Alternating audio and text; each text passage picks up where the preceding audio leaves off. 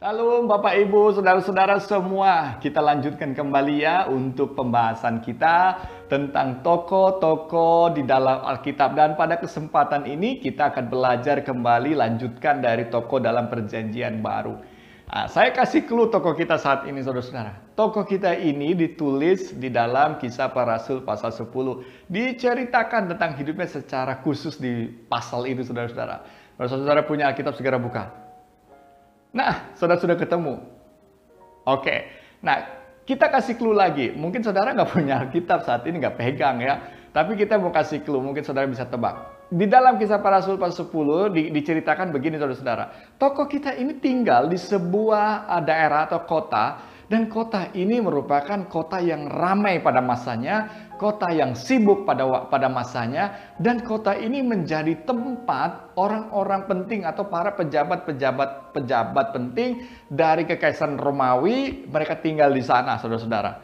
Dan kota ini sibuk karena banyak sekali terjadi transaksi perdagangan di sana. Makanya kota ini disebut sebagai kota perdagangan. Nah, saudara-saudara, mungkin saudara tahu kota ini adalah kota yang mana di dalam cerita Perjanjian Baru. Ya, kota ini dikenal dengan nama Kaisarea. Nah, tokoh kita ini tinggal di sana. Pertanyaan, kenapa dia bisa tinggal di sana? Ya jelas, karena di situ dikatakan juga di dalam Alkitab bahwa dia seorang perwira. Seorang perwira, yaitu perwira Romawi. Dia artinya seorang pejabat. Dia mengepalai, bertanggung jawab terhadap kurang lebih 100 orang pasukan yang berada di dalam tanggung jawabnya. Dan dikatakan bahwa tokoh kita ini itu merupakan pasukan Itali. Artinya dia memang ditugaskan khusus, saudara, di sana. Karena pasukannya ini adalah pasukan tambahan. Kalau begitu, bahwa dia ditaruh di sana, ada satu tugas khusus, yaitu untuk mendukung, mensupport pasukan yang sudah ada di sana. Dan tokoh kita ini ada di kota Kaisarea, dia seorang perwira, dan karena itu siapakah dia? Ya, dia bernama Cornelius, saudara-saudara. Tapi apa yang menarik yang kita mau belajar dari dia, yang kita mau perhatikan, ini bukan tentang bahwa dia seorang pejabat, saudara-saudara. Enggak itu yang kita mau lihat. Kita memperhatikan cerita dia karena ada sebuah catatan, kalau saudara baca dalam Alkitab di ayat 4, itu ada sebuah catatan yang menarik, yaitu pada saat malaikat itu berjumpa dengan dia di dalam doanya, ketika dia berdoa pada waktu itu malaikat menjumpai dia. Saudara-saudara, di situ ada perkataan malaikat yang luar biasa yang kita perlu untuk dengarkan. Jadi malaikat itu berkata kepada Cornelius, "Semua doamu dan sedekahmu telah naik ke hadirat Allah dan Allah mengingat engkau." Saudara-saudara, ini menarik. Allah mengingat engkau. Engkau itu siapa? Cornelius. Pertanyaan kita, kenapa Allah memperhatikan dia? Kenapa Allah mengingat dia? Karena kalau kita lihat di dalam Alkitab, ada beberapa kata kemudian diungkapkan, Allah mengingat orang itu. Berarti ada sesuatu yang menarik dalam hidup orang ini, sehingga saudara, malaikat itu berkata, Cornelius, Allah mengingat engkau loh. Wah, itu luar biasa, saudara-saudara. Itu kata-kata yang indah sekali. Ketika saudara-saudara juga bisa dengar kata itu, saudara bisa yakin dan percaya bahwa Allah mengingat engkau, itu sesuatu yang luar biasa dalam hidup kita. Tetapi pertanyaan kemudian, kenapa ya Cornelius ini diingat dan diperhatikan oleh Allah? Nah, saudara-saudara, kita mendapatkan catatan di ayat sebelumnya bahwa dikatakan Cornelius ini hidup dengan dua cara atau dua gaya hidup yang luar biasa, saudara-saudara.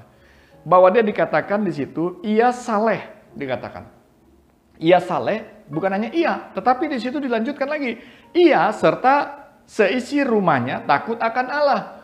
Jadi seisi rumahnya itu siapa? Itu bukan hanya keluarganya, kalau kita baca bagian berikutnya, termasuk pegawainya dan pegawai-pegawainya juga di situ dikatakan takut akan Allah.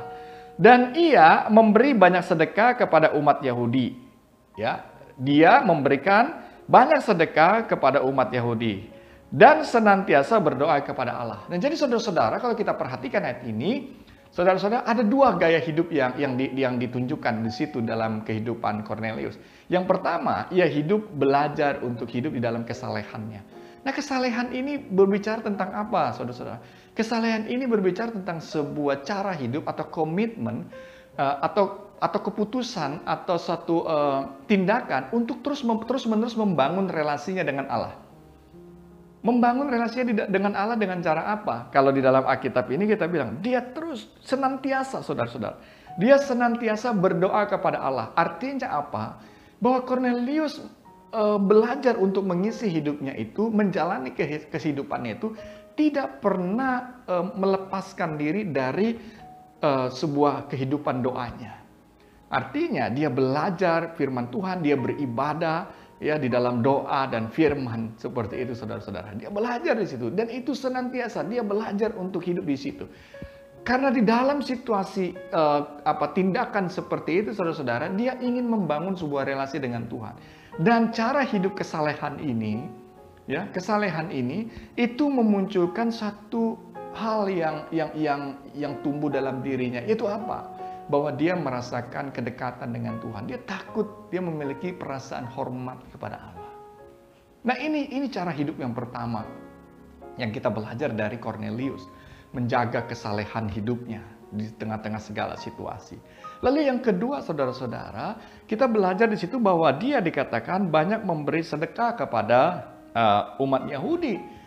Siapa sih ini? Umat Yahudi ini, dia orang kepala pasukan Romawi, punya kepentingan untuk Roma. Orang Yahudi ini adalah orang-orang yang berada di dalam sebagai orang-orang jajahan atau orang-orang yang dikuasai ya oleh kepentingan Romawi begitu. Jadi apa untungnya dia memperhatikan kehidupan dan menolong kehidupan orang-orang ini?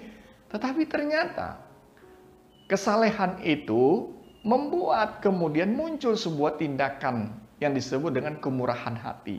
Dan Cornelius memiliki kemurahan hati dalam hidupnya, dan kemurahan hati itu menyapa siapa saja, termasuk juga orang yang berbeda dengan dia. Orang yang bukan menjadi latar belakang atau sebangsa dengan dia. Cornelius memperhatikan mereka. Dan itu adalah kemurahan hati, saudara-saudara. Nah, dua cara hidup inilah yang dimiliki oleh Cornelius. Dia menjaga kesalehannya dan dia bertumbuh di dalam kemurahan hatinya. Dan semua kesalehan dan kemurahan hati ini membawa dia kepada satu hal, yaitu pengenalan yang lebih dekat, lebih dalam, dan hormat kepada Allah. Nah, saudara-saudara yang terkasih dalam Tuhan Yesus Kristus, dua hal ini yang diingat dan dilihat oleh Allah. Itu yang dikatakan dalam Alkitab.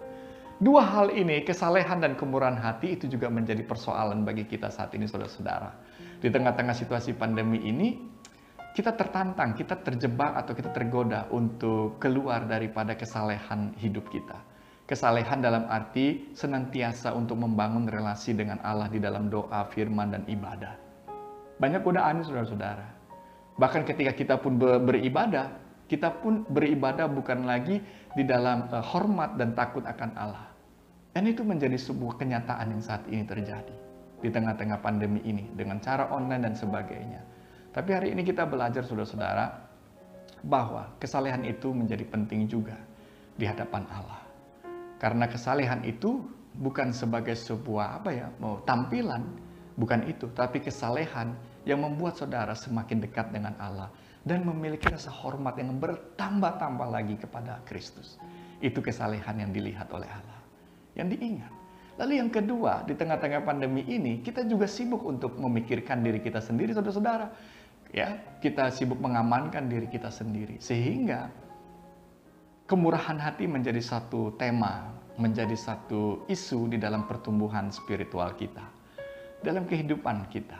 Bahwa kesalehan itu, dia juga berbarengan dengan kemurahan hati. Dan saat ini, Cornelius mengajarkan juga kepada kita bahwa kemurahan hati itu juga sesuatu yang dilihat oleh Allah, diingat oleh Allah.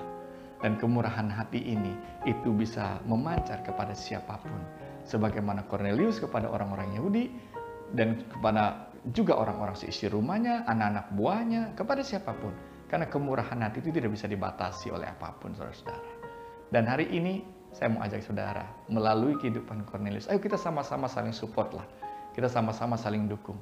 Di tengah-tengah situasi seperti ini, mari kita tetap bertumbuh di dalam kesalehan. Membangun sebuah relasi terus-menerus dengan Tuhan.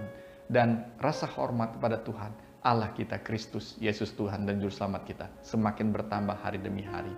Dan kesalehan ini juga kita tumbuhkan bersamaan dengan sebuah kemurahan hati dalam hidup kita. Dan kita dengarkan kembali perkataan malaikat itu. Doamu telah naik kepada Tuhan, dan Allah mengingat engkau.